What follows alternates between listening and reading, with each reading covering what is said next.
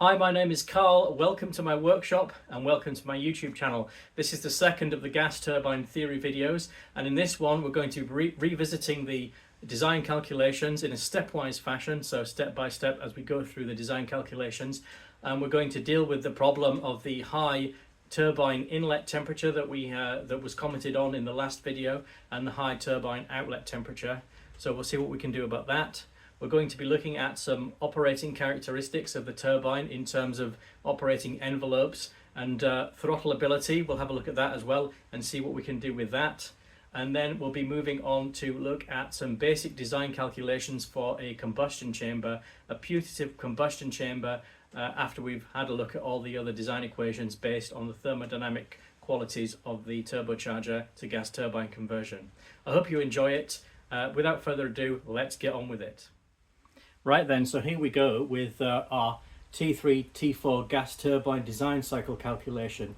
Now this is the second iteration of the calculations because I had some feedback from the last set of calculations in the last video, and a lot of people said that the turbine inlet temperature was too hot, meaning far too hot turbine outlet temperature, and I agree with that 100%. So what I'm going to show you now is a stepwise method of doing the calculation for the gas turbine that will basically match the power required by the compressor to the power that's generated by the turbine, and we will gain our T3 figure from that, and it makes for a much cooler T4 figure as well. So what we're looking at in this scenario now is what I've referred to as the idle condition of our gas turbine engine based on this T3, T4 turbocharger. Now I've done some research online and I've found that, roughly speaking, the idle condition is as I've defined here for this type of turbocharger. So we're looking at a P2 of about 0.4 bar gauge, which is about 6 psi, 1.4 pressure ratio, and mass flow at that pressure ratio, according to the documentation for the turbocharger, is approximately 0.08 kilograms per second. So that's what I'm referring to as this idle condition. Over here I've put the efficiencies and the constants, and it's as we've seen before. So we have compressor efficiency of 0.73, turbine efficiency of 0.68, mechanical transmission efficiency is 0.95, the combustion efficiency is 0.9, the loss of pressure in the combustion chamber is 0.05, our specific heat of air is 1.005, specific heat of the combustion products is 1.148, the ratio of specific heats for air is 1.418, and the ratio of specific heats for the combustion gases is 1.33. Now what I've decided to do is refrain from leaning into the frame and doing the calculations on the board, because I don't think views of the back of my head are particularly conducive for you guys to learn how to do this or to actually take in the information that I'm trying to put across. So I've written the calculations out, or each stage of the calculation I'm going to write out in full on the whiteboard, and I'll go through them with you with the pointer. So up here we've got the parameters. So we have a PR of 1.4, T1 is 288 Kelvin, which is 15 degrees Celsius. T2, 3 and 4 we don't know yet. P1 is going to be 1 bar. P2 and P3 we don't yet know. P4 again is 1 bar because we're expanding the pressure through the turbine fully to atmospheric pressure. WT, which is our turbine work. I haven't put WC down there because WT will be approximately equal to it, or just slightly over. That's what we're looking for the turbine work to just slightly exceed the compressor work required. And I put a new thing here which we've not seen before, a new variable, T3 minus T2. That's our combustion chamber temperature rise that we're looking for to achieve our T3 temperature for the turbine, and that is going to be used in fuel calculations, which we're going to get to later on in the video. So let's get on with it. So we're going to say that we're going to do step 1, which is the temperature equivalent of compressor work. That's the first thing we need to know. So we're going to say T2 minus T1 is equal to T1 divided by the compressor efficiency multiplied by our pressure ratio raised to the power of K minus 1 over K, K being 1.418 as we've said, all minus 1. So that comes to T2 minus T1 is 288, which is T1, divided by 0.73, our compressor efficiency here. Then we multiply that figure that we get from that by 1.4, which is the pressure ratio, raised to the power of 0.295, which is K minus 1 over K, and then all that minus 1. And what that gives us, if we do this sum here, 288 over 0.73 gives us 394.5, and we multiply that by what's in the brackets, and that comes to 0.104. So that gives us a T2 minus T1, which is our temperature equivalent of compressor work of 41. So we can then calculate what T2 is. So T2 is 41 plus 288 because we're increasing the ambient temperature by this. And that comes to a T2 of 329 kelvins, which is 56 degrees Celsius roughly. So you can see here in the red rectangles, our temperature equivalent of compressor work is 41 and our T2 is 329 kelvins. So the next time I put the camera on, you'll see up here, I'll put that into the parameters here. I'll put T2 in there, and we'll move on to do the next stage of the calculation, which is to calculate the compressor work required. Okay, so as it says up there, step 2, compressor work required. So that's what we're going to calculate now.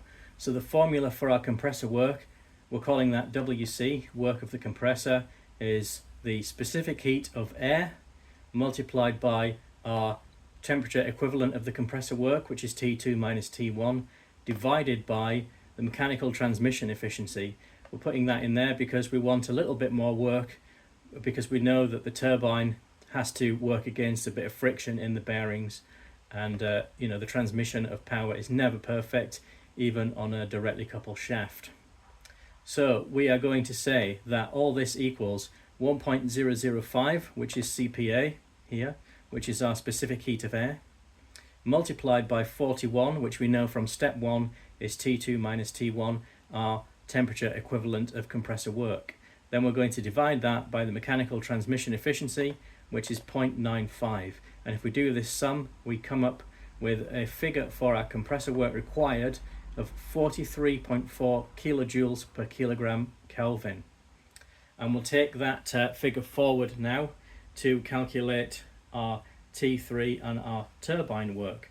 But before we do that, we'll have to calculate what P3 is, because we need that to get a turbine pressure ratio in order to calculate our turbine work. Okay, so I'll put here now step 3, combustion chamber output pressure P3. So we're going to say that P3 is equal to 1.4, which is the pressure ratio, multiplied by 1 minus 0.05, which is our pressure loss in the combustion chamber to drive the air into the holes in the liner and drive it through the various gaps in the combustion chamber. So we're going to say that P3 is equal to 1.4 times 0.95, which is 1 minus 0.05. That gives us a P3 of 1.33 bar. And I've just put a note under here, that is 0.33 bar gauge, because this is an absolute pressure. So if we had a gauge connected up to P3, we'd see 0.33 bar, or about 5 psi. So we'll move on now to calculate T3 and the compressor turbine work now that we've got P3. So we're going to use a slightly different approach to calculate our turbine work and our T3. So we know that the compressor work required is 43.4 kilojoules per kilogram Kelvin. So if we say a turbine work of 44, we'll round this up to 44. That means that the turbine work is equal to the specific heat of the combustion gases multiplied by T3 minus T4, which is the temperature equivalent of turbine work. So we're actually coming at the turbine work calculation first. So the turbine work is equal to the specific heat of the gases in the combustion chamber multiplied by the temperature equivalent of turbine work, which we do not at the moment know. So we're going to say that 44, which is the work level that we want, or the work figure that we want, is equal to 1.148, which is our specific heat of the combustion products, multiplied by the temperature equivalent of turbine work, T3 minus T4. So we can rearrange this equation so that we say T3 minus T4 is equal to 44, which is our work that we want, divided by 1.148, which is the specific heat of the combustion gases, and that gives us a figure of T3 minus T4, which is the temperature equivalent of turbine work, of 38.33. And we'll take that figure forward now, and we'll go back to the turbine equivalent of turbine temperature equivalent of work calculation, and we'll do that one to get our T3. Okay, so here we go. We're at step 4b now. Calculate turbine work and T3. So we already knew that the turbine work that we wanted was 44 kilojoules per kilogram Kelvin, and we need to know what the T3 is to achieve that. So we know that our turbine equivalent of temperature equivalent of work is T3 minus T4, which is equal to our turbine efficiency times T3 multiplied by 1 minus 1 over P3 over P4. P4 is 1 bar. We know that P3 is 1.33 bar, and all that is raised to K minus 1 over K. K in this case, because we're on the hot side now, is 1.33, and our specific heat of our gases is 1.148, as we've said. So once we get this pressure ratio here worked out for the turbine, that comes to 38.33 equals 0.68, which is our turbine efficiency, times T3 that we don't know yet, multiplied by 1 minus 0.75 to the power of 0.248, which is the K minus 1 over K, when K is 1.33. And 1 over our pressure ratio for the turbine, 1.33 over 1, is 0.75. So calculating that out, we get 38.33, which is our T3 minus T4 that we calculated in step 4a, is equal to 0.68 times T3 times 0.069. So we can rearrange this equation to say that 0.68 times T3 is equal to 38.33 divided by 0.069. So 0.68 times T3 is equal to 555.5 if you do this calculation here. And we then get T3 on its own is equal to 555.5 over 0.68, which makes T3 equal to 817 Kelvin, which is 544 degrees C, which I think you'll agree is a lot better, a lot lower temperature than we were getting in the calculations that I did in the first video. It's interesting to note that this pressure ratio here for the turbine, as this gets lower and lower, as the pressure ratio of the whole cycle gets lower, the temperatures start to come up, and that's borne out in practice as well. And that's why I've defined this idle condition as 1.4 pressure ratio and about 6 psi, because as you get down lower past 5 psi, you start to see these temperatures spiking up. And if you do this calculation, if this starts to get down to 0.02, 0.03, that temperature starts to really go up, because we don't have this pressure differential as much over the turbine. So we'll move on now, and we'll do some fuel calculations. So here's step 5. This is calculating T4, and the final piece in the puzzle before we go on to do some fuel-air ratio calculations, T3 minus T2, which is our temperature rise in the combustion chamber that we need to achieve. So we've said already that T3 minus T4 is 38.33, so that means T4, the turbine outlet temperature, is T3 minus 38.33. So T4 is 817 Kelvin, which is T3 minus 38.33, and that gives us a T4 of 778.7 Kelvin, approximately 505.5 degrees Celsius. Now our combustion chamber temperature rise that we require is T3 minus T2, so that's 817 Kelvin, which is T3, minus 329 Kelvin, which we've already said is T2. And that gives us a 488 degree rise required in the combustion chamber.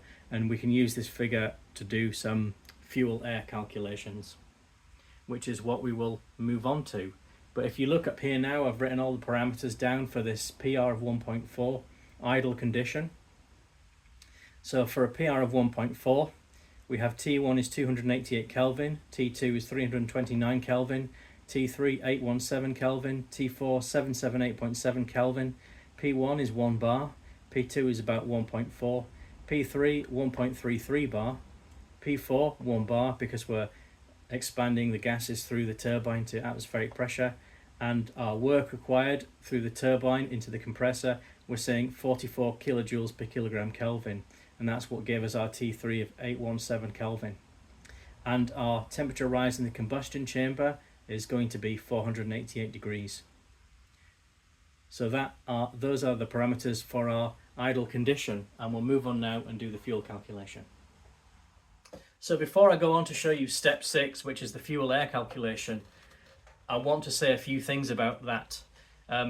Doing fuel air calculations can be very complicated because combustion is a complex process and there are all kinds of things that go on, like dissociation, which make it very difficult to accurately work out what the fuel air ratio is going to be. So in general, what we tend to do is use nomograms or charts that are published in various aspects of the literature. So that's what we're going to do today. And I'm going to show you a book now, which I would advise you to get if you're interested in gas turbines and you want to go down this path. It's called Gas Turbine Theory, and it's by Rogers and Cohen, and it's very often just referred to as Rogers and Cohen in the gas turbine community. This is an SI edition. It's the 7th edition, I believe, which is SI. You can get earlier editions which are in imperial units. I prefer the SI one because, to my mind, it's a lot easier to do thermodynamic calculations in SI units. Imperial thermodynamic calculations in units are a complete and utter alphabet soup, and there are lots of conversion factors that you have to employ that just make it a lot more error prone, in my opinion. So now I've mentioned that, I'll show you a picture out of the book, a page out of the book rather, and I'll show you the chart that we're going to use to calculate our fuel air ratio. Okay, so this is the nomogram, or the graph that I was just talking about, and it's on page 69 of the 7th edition of Rogers and Cohen that I showed you just now. So I'm going to be using my first best scriber and second best pointer and trying not to knock the camera. So you can see on the y-axis here it's labelled combustion temperature rise in Kelvin, assuming complete combustion. And we've got a series of figures going from 150 Kelvin all the way up to 950. And then we have a series of lines on the graph here, and each one of these lines represent an inlet air temperature. So we have 300 Kelvin, 400, 5, 6, 7, 800, 900. So the way we use this graph is we go to our combustion temperature rise that we want, and in our case it's about 480. So we're going to be up here somewhere, and then we run across the graph until we intersect the line which gives us our inlet air temperature, and in our case it's 329 Kelvin, so we need to move along. It's going to be somewhere in between the 300 and the 400. So as you can see, it's not the most accurate thing in the world, but there are more accurate charts available. But I'm using this really to show you the principle. And then we run down, and that's going to give us a figure of about 0.0123, 0.0124, something like that, for the fuel air ratio. Now this chart is actually has been drawn up for kerosene. However, I'm using it at the moment just to show you the principle behind selecting a fuel air ratio. We could probably get away with using this for propane because propane is very forgiving when it comes to the fuel air ratio. It's one of the reasons that it's a good fuel to use in these little gas turbines, because if we don't get it exactly right, the chances are it will still work. But I'll try to get a chart for propane when we come to to make the actual calculation for the gas turbine combustion chamber. And there are also correction factors that we can use as well to use the figures from this particular chart. But I'm just showing you this now, as I say, just to give you an idea of the general principle. So having shown you that, where we get the figure for our fuel air ratio from, we'll go back to the whiteboard and we'll do the calculation for the fuel flow. Okay, so moving back from Rogers and Cohen back to the whiteboard, and I can hear the groans from here. We're on to step 6 now, which is our fuel requirement. So we said our combustion chamber rise is going to be 488 degrees to get our T3 of 817 Kelvin, because our T2 is 329 Kelvin. So I showed you there in Rogers and Cohen that nomogram, and from a chamber rise of 488 and a T2 of 329, we got a fuel air ratio of 0.0123. Now we know that our combustion efficiency is 0.9 for our what they call saw thumb combustor, that we'll talk about a little bit more in a minute. So we can put 0.0123, which is the fuel air ratio that we got from the graph, over 0.9, and that gives us an actual fuel air ratio of 0.0136. So we know that for this idle condition that we've defined as 1.4 pressure ratio and a mass flow of 0.08 kilograms per second. So we're saying 0.08 kilograms per second is our air mass flow. So the fuel over the air should come to 0.0136, that's a fuel air ratio. So that means that the fuel over 0.08 should come to 0.0136. So that means our mass flow of our fuel is 0.001 kilograms per second. Which, to put it another way, because we know the propane density is 1.8 kilograms per meter cubed, in volumetric flow, that is 0.0019 meters cubed per second, or 7 meters cubed per hour. So that's the fuel rate that we need to achieve our idle condition of P2 of 0.4 bar gauge, 1.4 PR and 0.08 kilograms per second. Okay, so we're going to talk now about throttleability from idle to max. So those calculations that I did for the idle condition, step 1 to step 6, I did them all again for a maximum condition that I've defined as a mass flow of 0.3 kilograms per second, which is as much as that little turbocharger can flow, PR of 2, and that's as opposed to our idle condition that we've said is a mass flow of 0.08 kilograms per second and PR of 1.4. So we can see that our idle condition, we have T2 of 329 Kelvin, 56 Celsius, and our T2 on this side, PR of 2 at max, is 377.5 Kelvin, so it's 1.8 times more. We have a T3 of 817 versus a T3 of 830 on the max, and a T4 of 778 versus 747 on the max. So we can really see the effect of this pressure ratio increase on the efficiency of the system. And I've put down here, lower than 1.4 PR, the turbine pressure ratio deficit pushes T4 up. And you'll see that I've said that P2 is 0.4 bar gauge or 6 psi on the idle side, and 1 bar gauge 14.7 psi on the max. This as this starts to get lower, round about 3 psi, and I've used this figure of 1.4 as a conservative idle figure. Once we get down to around about 3 or lower, and we start getting down to these really lower pressure ratios of 1.2 and that kind of figure, we start to see this T4 really start to spike up, which we don't want. It's not good for the metallurgy of our turbine.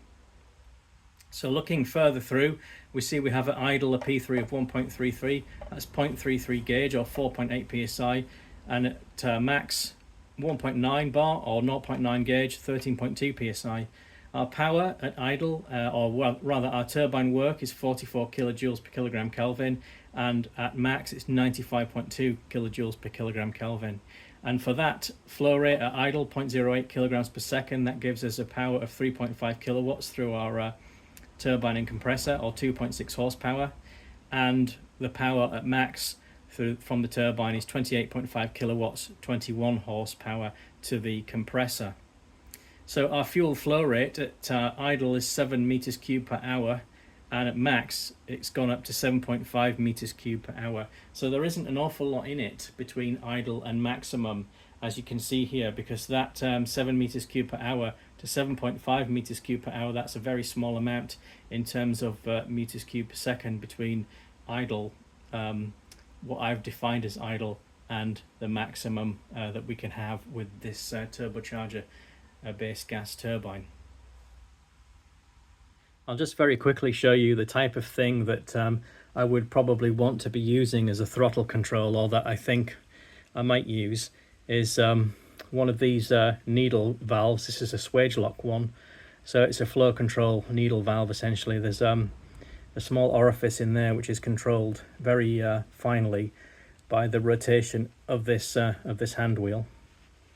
So we can vary the flow rate through this valve very accurately using this hand wheel. And I'll probably use a bigger one than this for the propane, because all valves have something called a flow coefficient, which is usually notated as CV, not to be confused with specific heat, but it's a flow coefficient, or a number basically, that defines the flow through a specific valve of certain dimensions. Now, with gases, you tend to find with the flow of gases, you need a much higher CV than you would think normal for liquid flow. So we'll probably go with a larger valve. This is a 1/4 inch one. We'll probably go with a 3/8 in terms of the propane when it comes to it. But we'll go into more detail about that type of thing further on in the project, when we get more into the detailed design and the mechanical side of things.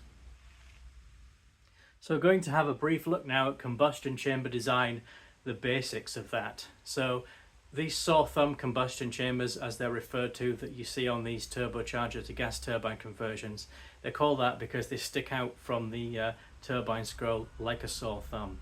And they are actually quite efficient.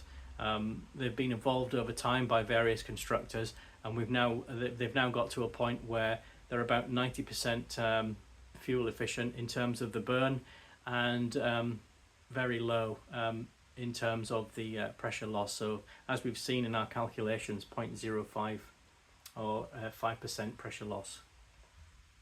So what the chamber consists of, or combustion chamber consists of, is two concentric tubes basically, the inner one of which is called the flame tube, and the outer we'll just refer to as the outer can. So we are looking at a compressor inducer area of our turbocharger of 2009 millimeters squared. That gives us 0.3 kilograms per second. And what we have to do is split that up into a primary zone, a secondary zone, and a tertiary zone, because we can't put 0.3 kilograms per second of air straight in to burn with our propane, because it will effectively just blow the flame out. So we need to add the air into the fuel in these percentages, or these fractions. So basically the primary zone is 20%, as I've said, secondary 30, tertiary 50. Now some people might want to swap those over. I think that the primary should be 20%, because it should be a fairly rich mixture in the primary zone to basically maintain combustion and maintain a self-sustaining burn. That's what I've read, and that's what I've always thought. So we have to split this area up by these fractions here. So to get a total mass flow of 0.3 kilograms per second, the primary area needs to be 402 millimeters squared, the secondary 603 millimeters squared, and the tertiary 1004.5 millimeters squared. And we can do this if we look here. The primary side would be 25 millimeter holes, would give us this figure for the area, and therefore 20% of the flow. The secondary would consist of 7 millimeter holes, which is going to give us 603 millimeters squared, to give us 30% of the flow. And the tertiary would be 16 millimeter holes, giving us 1004.5 millimeters squared, giving us 50% of the flow. So what's happening here is we're putting the fuel in through the injector, we're adding 20% of the air. It's combusting and burning in there, and then as it passes down the flame tube, the flame front, more air is added, diluting the mixture and continuing the burn as it moves down the flame tube. By the time it gets to the tertiary zone, we're adding 50% of the air to dilute it. So when it comes out of the end to the turbine through the base of the outer can, we've got a nice uniform T3 temperature for our turbine with no hot streaking, and that's going to drive our turbine round, give us our power to our compressor, and it's not going to do any harm to our turbine metallurgy or our turbine dynamics. Obviously this flame tube gets hot, so you can see here we've got a slip joint to account for expansion between the flame tube and the outer can as it passes through to the turbine. And down at the bottom right hand corner here we have the air coming in from the compressor.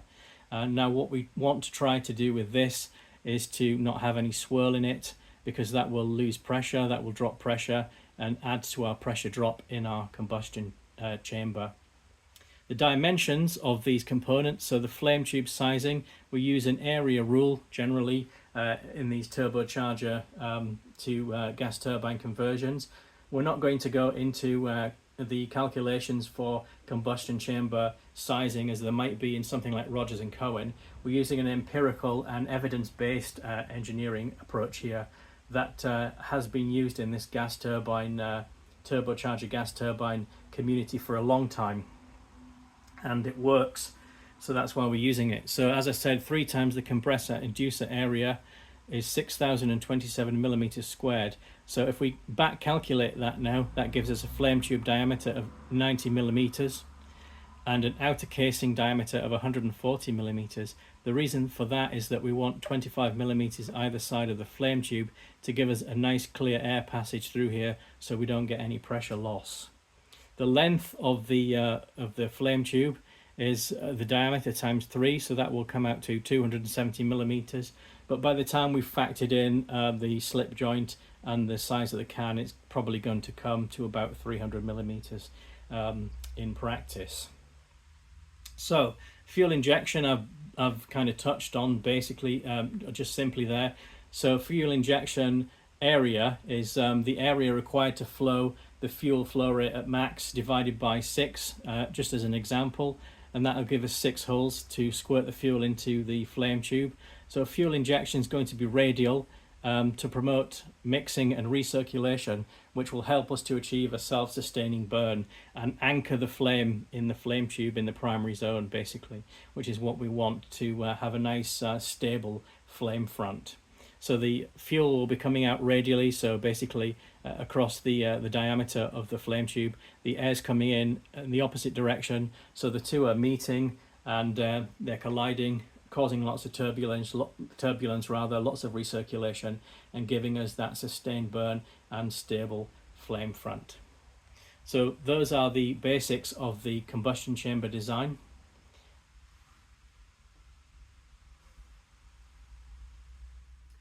Right, that's the end of the film, people. I hope you've enjoyed it. So what we looked at today, we've looked at the design calculations again, and I've shown in a stepwise fashion how it's possible to come up with a set of operating conditions for the turbocharger to gas turbine conversion that will allow the unit to operate comfortably within a specified envelope. We've also looked at throttleability concerns and considerations. We've looked at the fuel conditions and the fuel calculations. We've also seen that the turbocharger that we've got is perfectly capable of operating as a gas turbine, but it has to be said within a fairly narrow range of operating parameters. So in terms of the throttleability, in terms of the power output, and in terms of the boost pressure, we've got a fairly narrow range with which to work from. So with that said, all that remains for me to say now is to say thank you very much for watching. Thank you very much for subscribing. I've had about 30 new subscribers recently, so that's excellent. We're getting up to about 535 subscribers now, I think, which for a small channel like mine is very good. It's not much for the big guys, I know that, but a modest little channel like mine, I'm really over the moon with those figures. So if you aren't subscribed to my channel, please do so. Please consider subscribing. and I've got lots of more interesting stuff coming up. And I think what the gas turbine project is beginning to show is that this kind of the approach that I'm trying to use in here, using the engineering theory to guide the practical things that we do, is really starting to bear fruit and is really coming into its own with this gas turbine project. If you are subscribed, don't forget to click the bell icon, and that will let you know when I put new videos out. So now it just remains for me to say Merry Christmas to every single one of you. I won't put another video out now until after Christmas, so have a very good Christmas, enjoy yourselves, and have a happy and prosperous new year and a productive new year in your workshops as well. Take care. Bye for now.